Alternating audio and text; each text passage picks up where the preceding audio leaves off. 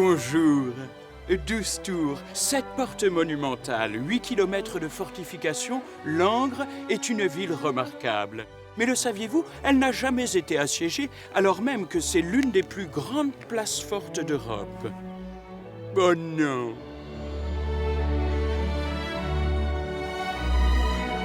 Et grâce à son riche patrimoine, Langres est l'une des villes fortifiées les plus aimées de France. Tout à fait incroyable.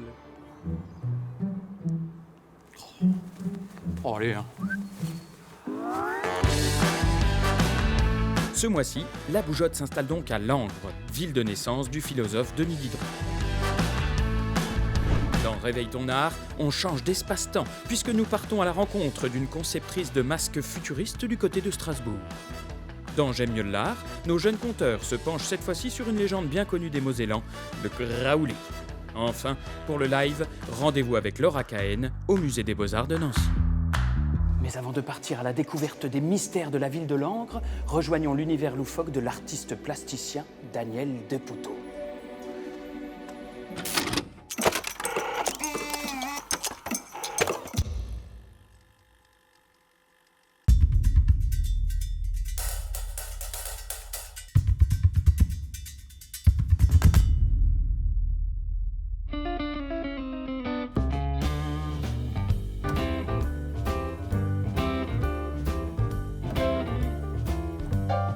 Je suis Daniel Deputo, artiste plasticien. J'ai le plaisir de vous accueillir au sein de la Basse-Cour des Miracles, ensemble d'ateliers qui héberge de multiples talents. Et je développe depuis ici un peu plus de 25 ans un travail autour de la machine, de l'assemblage, du mouvement.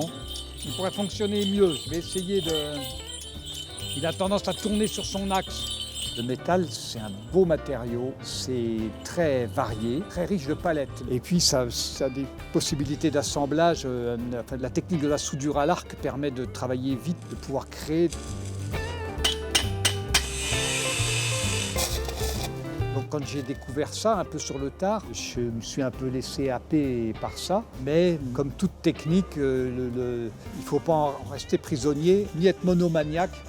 Donc j'aime bien tout, ce qui permet de faire des assemblages, des bricolages, un peu comme je faisais quand j'étais tout petit. On commence à jouer, à assembler des choses, à bricoler, et puis voilà où on se retrouve.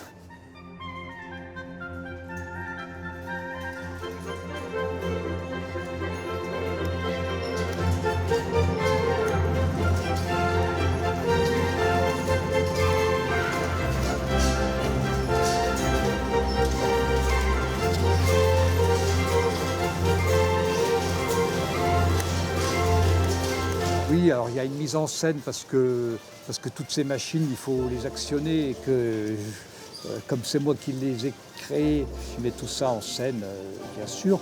Et il y a un environnement, le bruit, la musique, le mouvement et même l'olfactif. Beaucoup de sens sont sollicités.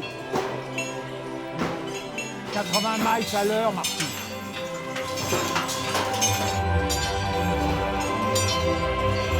L'inspection du général.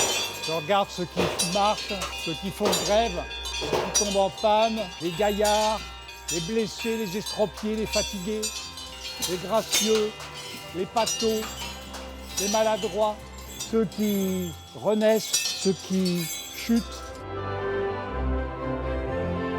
La machine fait le même mouvement, s'use. Si je veux des mouvements violents et expressifs, la machine va s'esquinter encore plus vite. Si je veux que ma machine fonctionne longtemps, il faut que les mouvements soient lents. Donc toutes ces données sont des fois contradictoires, vont à l'encontre de ce que je veux faire. Donc je suis obligé je me dépatouille avec tout ça. J'essaye de composer.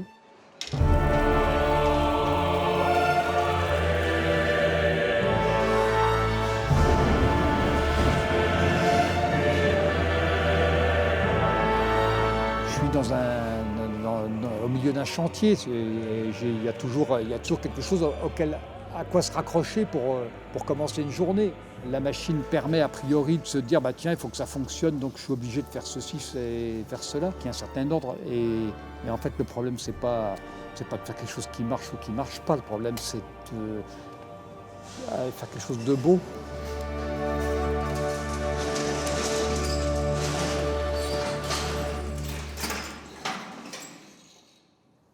Un peu de silence. Le silence est aussi signé de Poutot. Afin de faire plus ample connaissance avec la ville de Langres, je vais avoir la chance de rencontrer David Covelli. Il m'a d'ailleurs donné rendez-vous ici. La tour de Navarre. Alors non, ici c'est la tour du Petit Saut. La tour de Navarre est beaucoup plus au sud. Ici on est au nord. Le plus rapide, je pense, pour y aller. Prenez plutôt par la tour Piquante et ensuite longez les remparts. Revenez vers la maison Renaissance. Vous ne devriez pas être trop loin.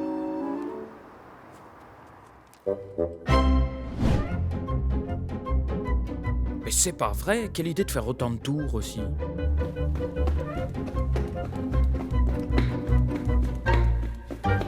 Hop là, ça y est, bonjour David. Bonjour Nicolas. Je suis désolé, Langres était tellement belle que je me suis perdu dans ses méandres. Je t'en prie. Il paraît qu'une ville a une personnalité, alors quelle est la personnalité de Langres ? C'est une ville qui montre beaucoup de choses sur son acropole, sur son éperon, avec ses remparts que l'on voit de partout, ses clochers qui dépassent. Mais en même temps, c'est une ville qui sait garder ses trésors, ses secrets. Il faut savoir les découvrir, rentrer par l'une des portes et puis se perdre dans ce lacis de ces petites rues, de ces places qui permettent de découvrir donc des pépites. Mais pour ça, il faut effectivement faire l'effort de se perdre dans cette ville. Et dans ses plus beaux attributs, il y a la tour de Navarre. La tour de Navarre, effectivement, qui est la plus grosse des tours de Langres. Elle a été construite il y a un petit peu plus de 500 ans. C'est une énorme tour d'artillerie, 30 mètres de diamètre, 20 mètres de haut, des murs de 7 mètres d'épaisseur qui permettaient donc de pouvoir contrôler les accès sud de la ville, le seul côté où l'ennemi avait des chances de prendre la ville. Et puis, il y a 200 ans, on a décidé d'en faire une poudrière, donc l'armée l'a rachetée et a construit cette superbe charpente qui permettait donc de mettre à l'abri les poudres qui se trouvaient dans les salles inférieures. Langres est fortifiée, elle est protégée, et pourtant Langres n'a jamais été assiégée. En grande partie pour cette raison-là, puisque sur son acropole, donc ces 4 km de rempart, on savait exactement, amis ou ennemis, où on allait être attaqué, et où il fallait attaquer si on était l'ennemi. Donc sur ces 4 km, il n'y a que 600-700 mètres, là où la ville se rattache à son plateau et là où elle ne bénéficie pas des pentes des vallées de la Marne et de la Bonnelle. Donc voilà, tout le monde savait que c'est au sud que tout se décidait. Et jusqu'au milieu du 19e siècle, il fallait 10-15 fois plus d'assaillants que de défenseurs.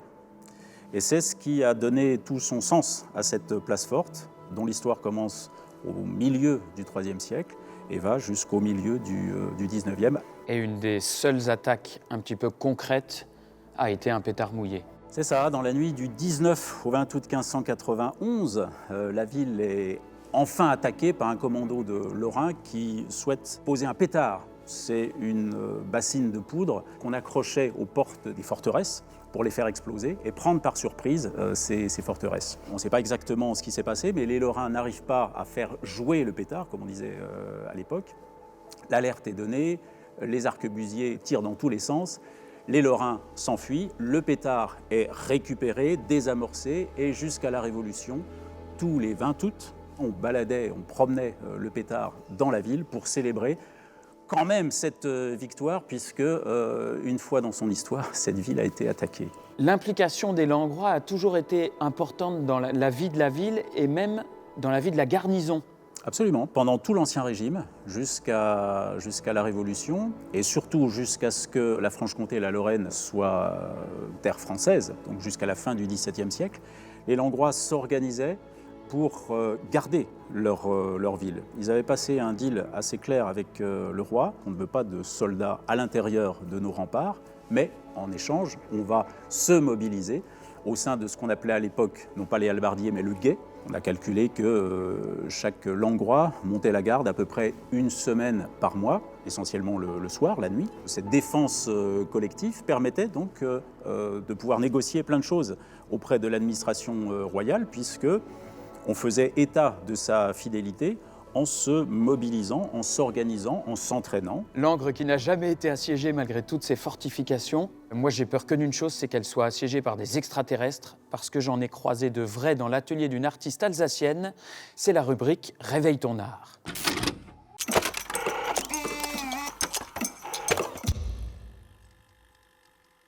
À vous qui pensez que le maquillage ne sert qu'à être la plus belle pour aller danser, détrempez-vous. Et beaucoup d'imagination. Lucie Schossler n'utilise pas du mascara pour intensifier le regard ou du rouge à lèvres pour souligner les babines. Non, elle utilise de la pâte à modeler, de l'argile, des pinceaux et passe son temps à concevoir des masques, des prothèses ou encore à vieillir une peau et créer de fausses blessures. Cet artiste make-up et ses effets spéciaux m'accueille dans l'atelier STFX à Strasbourg où je compte bien sculpter un masque qui ferait frissonner Hannibal Lecter. Bonjour Lucie. Bonjour Nicolas. J'ai un petit peu peur parce que là on est dans un endroit qui ressemble à un cabinet de curiosité, un petit peu un vaisseau spatial. Où est-ce que nous sommes? Eh bien, on est dans mon atelier à Strasbourg, que je partage avec 10 autres personnes. J'ai entendu que ton métier c'était maquilleuse SFX. Ouais, c'est ça. Ça c'est un collègue de travail. Là-bas il y a des dinosaures, il y a des enfants un peu flippants. Comment est-ce qu'on passe d'un dessin à cette chose? Ça, il y a pas mal d'étapes. Donc généralement, je pars d'une idée. Là, par exemple, en noir et blanc, c'est d'une araignée. Donc je me dis, je vais faire un alien avec plein d'œils. J'essaye d'en faire des croquis. Et ensuite, une fois que je mets le volume en place, là, il y a parfois des changements qui s'opèrent parce que on se rend compte qu'en 3D, c'est pas pareil qu'en 2D. Mais généralement, voilà, c'est croquis, sculpture, moulage, tirage, peinture. Et après, c'est bon. Je bosse du coup dans l'audiovisuel, dans le spectacle aussi. Je fais des masques pour des musiciens. Ça peut être des accessoires également, parce que vraiment tout tourne autour de la sculpture et du moulage. Donc c'est parfois du maquillage, mais parfois ça peut être juste une pièce, une sculpture à part entière, quoi. J'ai toujours adoré le cinéma de science-fiction, d'horreur, les monstres. Et depuis longtemps, je sculpte et je peins. Et ça a été vraiment le métier qui a regroupé tout ça, quoi. Toutes mes passions, en fait, dans un métier. Après, je fais pas que des aliens, hein, bien sûr. J'ai des commandes pour des choses plus réalistes. Ça peut être un faux nez, une blessure. Voilà. Mais c'est vrai que l'endroit où je m'éclate le plus, c'est quand même là-dedans, quoi. Donc si on résume, un artiste make-up, c'est un grand enfant qui aime encore jouer à la pâte à modeler. Alors, voilà la ménagerie. Oh là là, celui-là, Exactement. Oh, on dirait un pommeau de douche carnivore. C'est ça.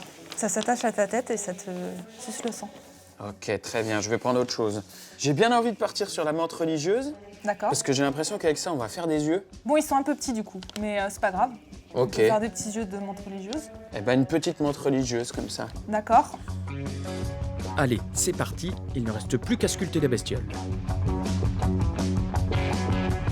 Et en fait, il faut penser structure osseuse aussi, tu vois. Parce que même si c'est un alien ou un animal, il faut se dire qu'il y a une structure en dessous. En gros, tu fais comme un monsieur patate. C'est ça, mais en pensant quand même au volume, tu vois. Ouais, le volume. Pouah. La sculpture, ça peut me prendre entre 2 et 6 jours. Ça dépend vraiment du degré de sculpture. Ensuite, il y a tout ce qui est moulage. Donc là, pareil, ça se compte en jours. Et après, le tirage et la peinture. Il y a eu une grosse période où il y a eu beaucoup de numérique, mais en fait, on revient au physique quand même pas mal, même avec les derniers Star Wars. Il y a beaucoup de choses faites en réel. Et je pense que le mieux, c'est vraiment d'associer les deux au final pour avoir quelque chose de vraiment parfait, quoi. Bon, personne ne va avoir les chocottes en voyant ce truc. Dites 33.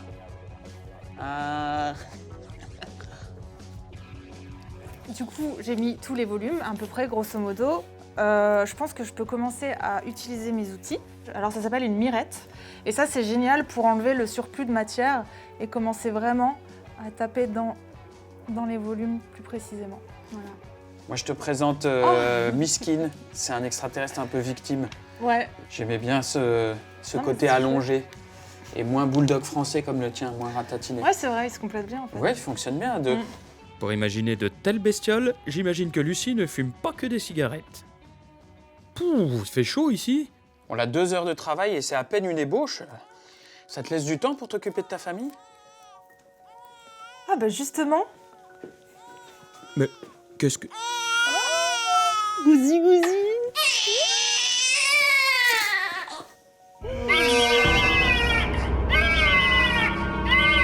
Il est mignon.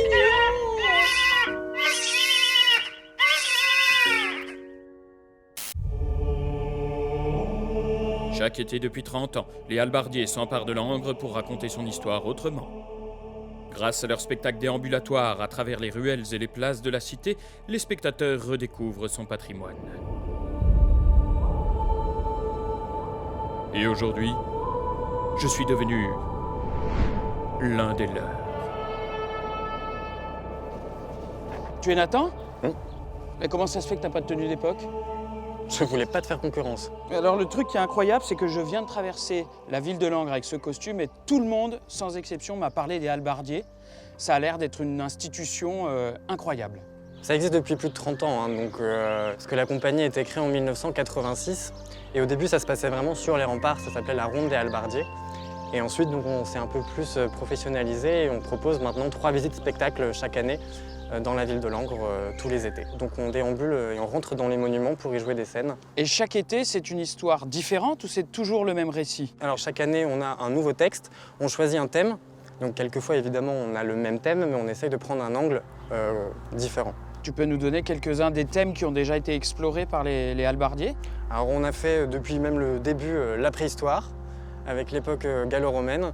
On a fait aussi les guerres de religion, on a fait aussi la Renaissance. L'année dernière, on a fait la Révolution française, qu'on n'avait jamais traitée. Bien sûr, Diderot et le siècle des Lumières. Et là, cette année, on va faire la Seconde Guerre mondiale et la résistance dans la Seconde Guerre mondiale. Et on a même fait aussi, ça c'était il y a 2-3 ans, 2286, Langres station balnéaire avec le réchauffement climatique. On est dans toutes les époques. Ah oui, très bien, de la préhistoire au futur.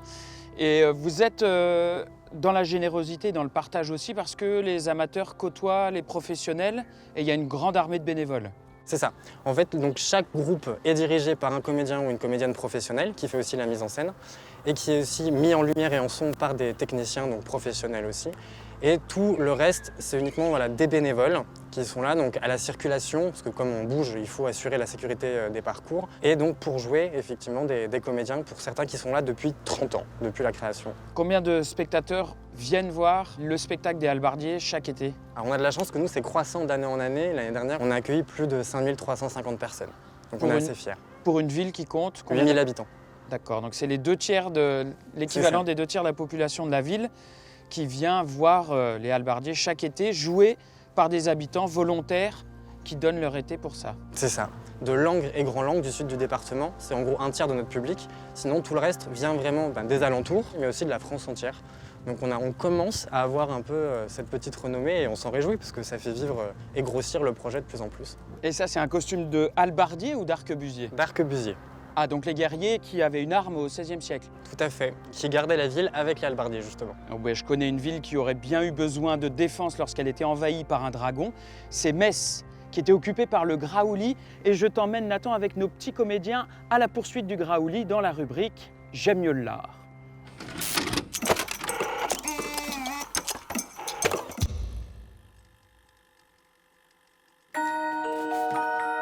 Metz est une charmante cité de Lorraine. La ville est installée sur 2 petites collines. Et un dragon aurait vécu dans son amphithéâtre?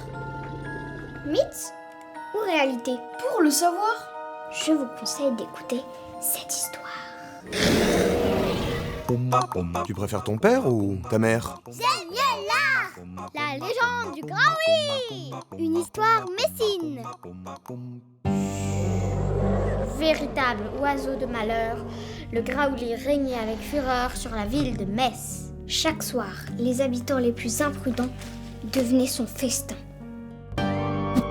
tous le craignaient. Quelques soldats gaulois ont bien essayé de s'y frotter, mais...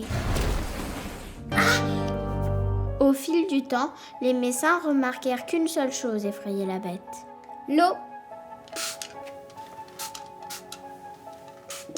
Et un jour, un sauveur apparaît. Non, non, non. Un brave évêque voulut libérer la cité, Saint Clément. Une sorte de super-héros des religieux, quoi. Le bonhomme est un peu fou quand même. Saint Clément se rendit dans la tanière du Graouli et tomba nez à nez avec. Il l'arrêta d'un regard et d'un geste de la main. Le Graouli fut surpris et hésita suffisamment longtemps pour que l'évêque ait le temps de défaire sa toge, de la serrer fortement autour du cou du dragon et de le traîner jusqu'à une rivière pour l'y noyer. Voilà comment périt le légendaire dragon de Metz. Victoire sur Graouli! Victoire sur Graouli! Victoire sur Graouli! C'est donc comme ça qu'on devient populaire dans la cour de récré? Terrible.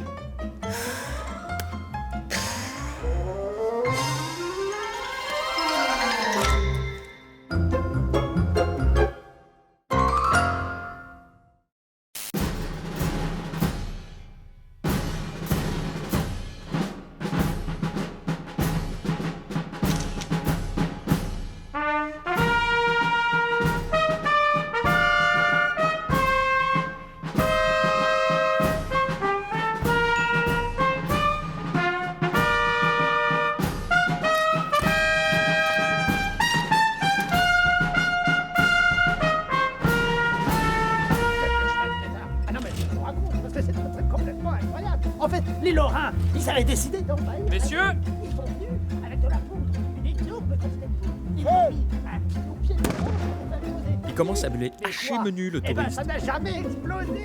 C'est ce qu'on appelle un pétard mouillé. Pas un pétard mouillé. Non. Ah, tiens, comme ce bruit-là. Normalement, ça aurait dû faire un boum comme ça. Feu!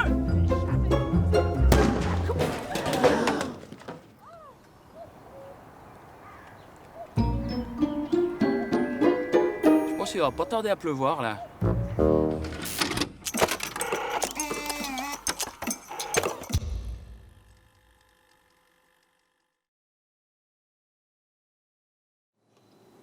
Le soleil, sale soleil, surplombe tout.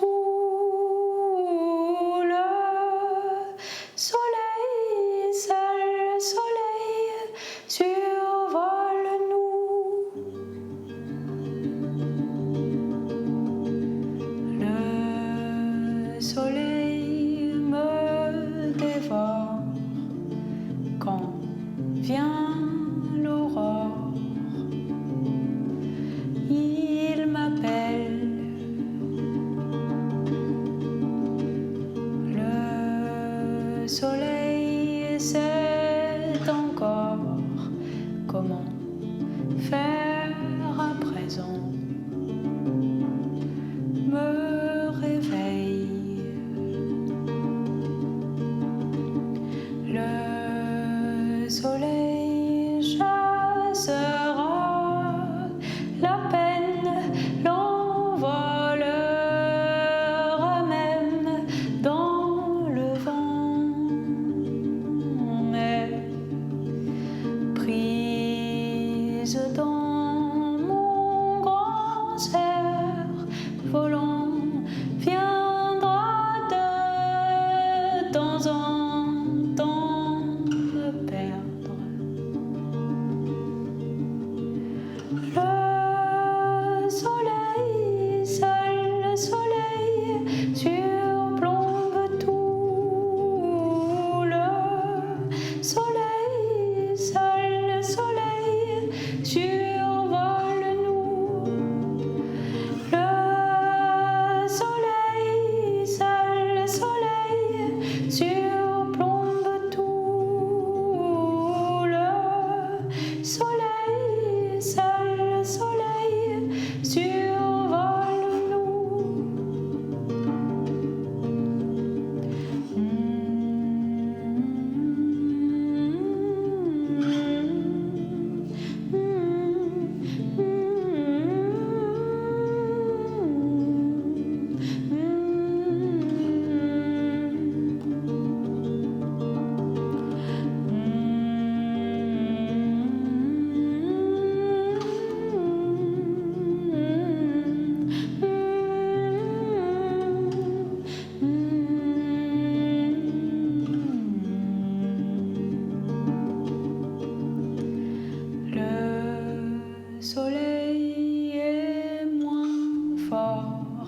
depuis que tu dors.